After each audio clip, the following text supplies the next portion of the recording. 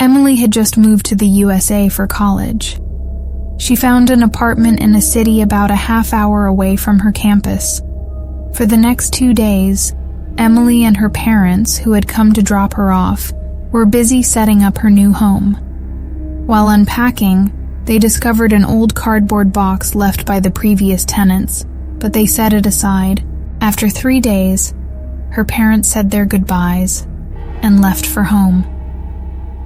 Before leaving, Emily's mom hugged her tightly and expressed that she felt uneasy, though Emily didn't think much of it.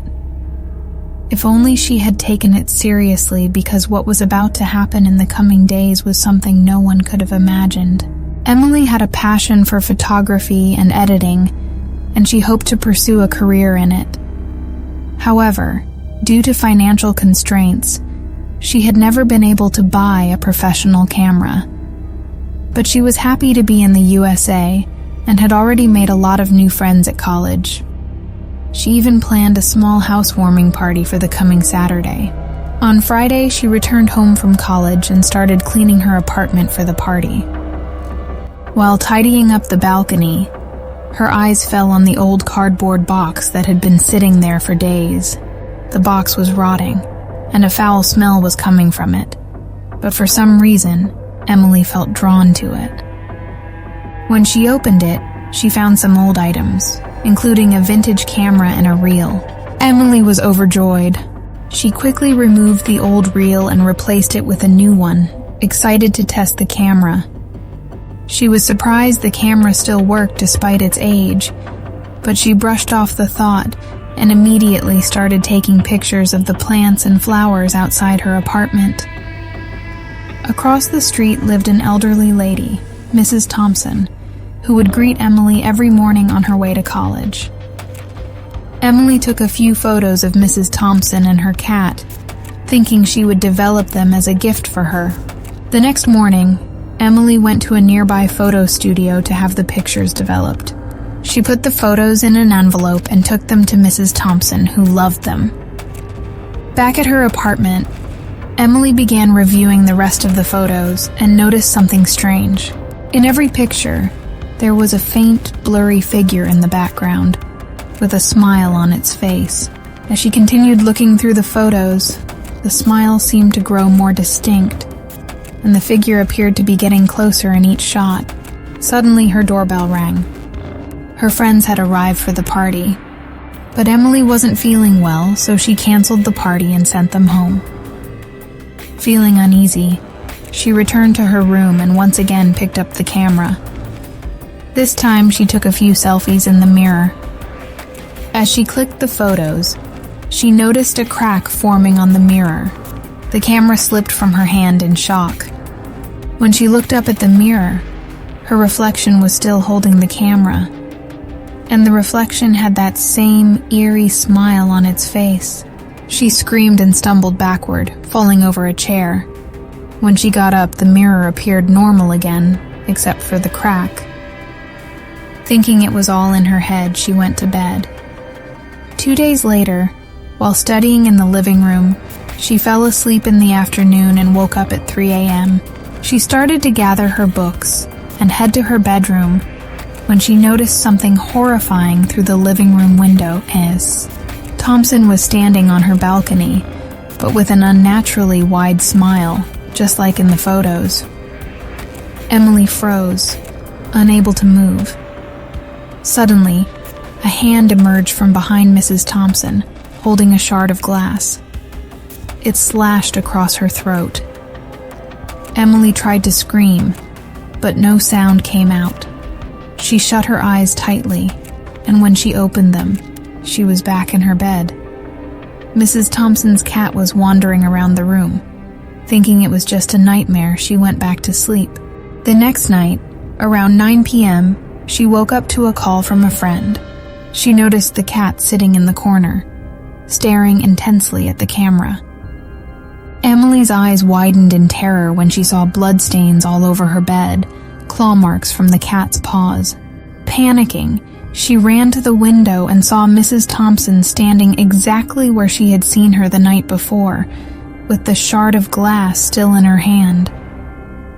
Beside her, the cat was sitting in a pool of blood, licking its paws.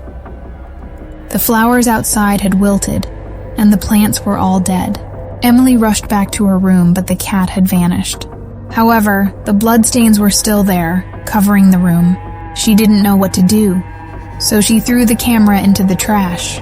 But then her eyes fell on the old reel from the box.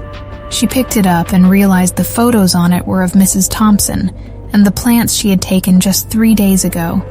But this time, the shadowy figure was clearly visible in each picture. In every photo, Emily was standing behind herself, wearing that same terrifying smile.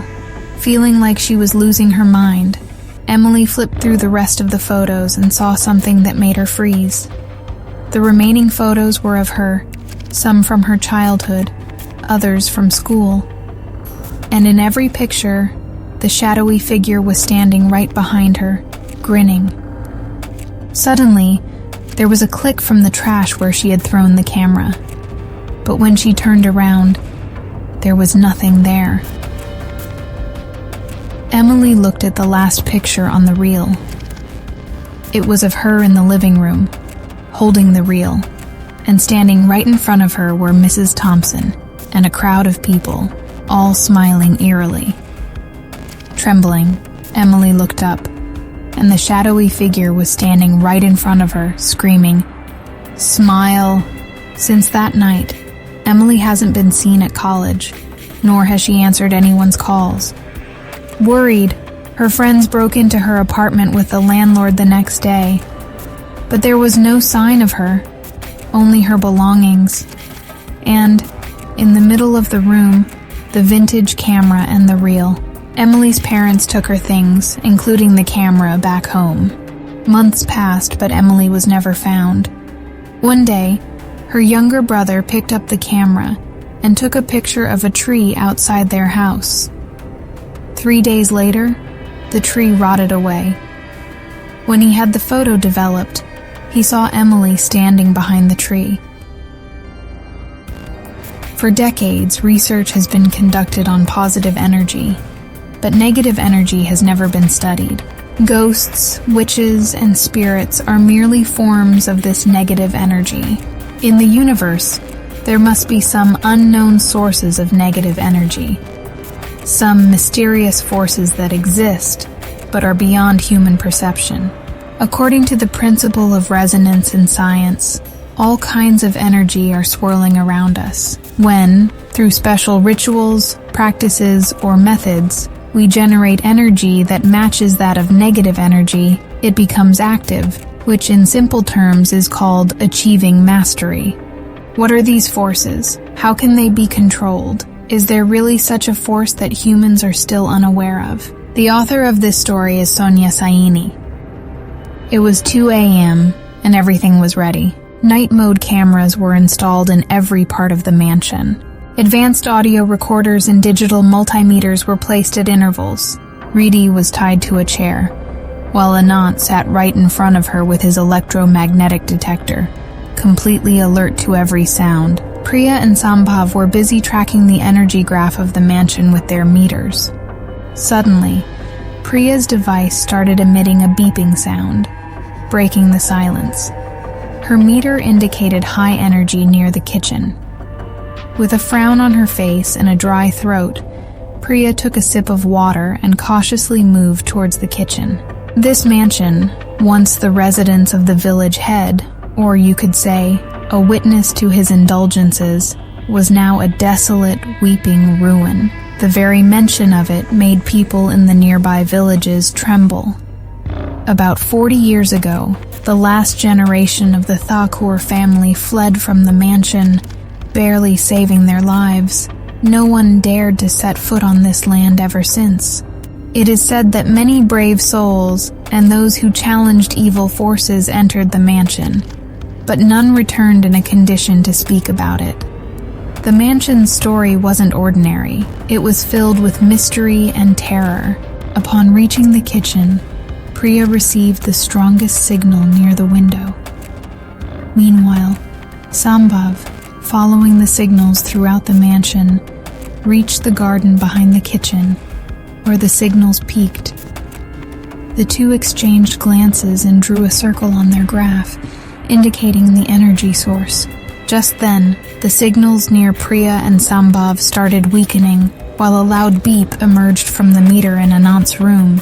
Anant immediately became cautious. He mixed some drops of medicine in water and made Riddhi drink it, then sat right in front of her. The medicine's effect lowered Riddhi's immune power, and as her body weakened, the spirit in the room possessed her.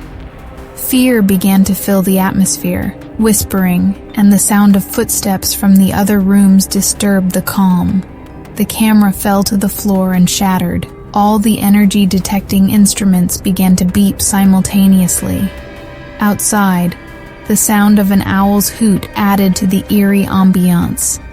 Suddenly, Riddhi twisted her neck and started muttering something. "What do you want?" Anant asked, shaking off the terror from her voice. "We are here to help you. We are friends, don't harm us. If you need assistance, tell us. We know we are nothing before your powers. We are not challenging you. We just want to hear what you have to say. Maybe there's something you want to express. We want to help you and free you from here." Upon hearing Anant, Riddhi glared at him but then suddenly broke into sobs.